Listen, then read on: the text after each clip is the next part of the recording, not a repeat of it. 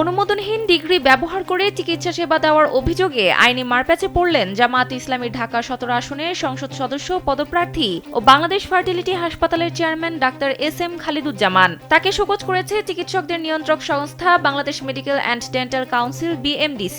সোমবার সংস্থাটির ভারপ্রাপ্ত রেজিস্ট্রার ডাক্তার লিয়াকত হোসেন স্বাক্ষরিত এক নোটিশে এ শোকজ করা হয়। BMDCর অভিযোগ, ডাক্তার খালিদুজ্জামান তার প্রচারপত্রে MSc ইন ক্লিনিক্যাল এমব্রায়োলজি এবং প্রি ইমপ্ল্যান্টেশন জেনেটিক্স নামক ডিগ্রি ব্যবহার করেছেন, যা BMDC কর্তৃক স্বীকৃত নয়। সংস্থাটি স্পষ্ট জানিয়েছে, স্বীকৃতিহীন ডিগ্রি ব্যবহার করা রোগীদের সঙ্গে প্রতারণা শামিল। এটি BMDC আইনের পরিপন্থী এবং একটি শাস্তিযোগ্য অপরাধ।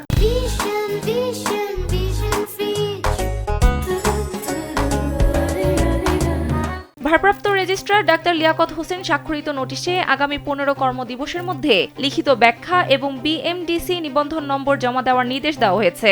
এ বিষয়ে ডাক্তার খালিদুজ্জামান গণমাধ্যমকে জানান, নোটিশ এখনো হাতে পাননি তিনি। এই অভিযোগের কোনো সত্যতা নেই এবং রাজনৈতিকভাবে হেনস্থা করার জন্যই অভিযোগ আনা হয়েছে। যাচাই করে দেখার কথাও বলেন তিনি। খালিদুজ্জামান আরও বলেন, আমাদের সেবায় সফলতার হার সর্বোচ্চ এবং আন্তর্জাতিক মান বজায় রাখা হয়েছে। আমি এভারকেয়ার ও বাংলাদেশ মেডিকেল বিশ্ববিদ্যালয়েও কাজ করেছি।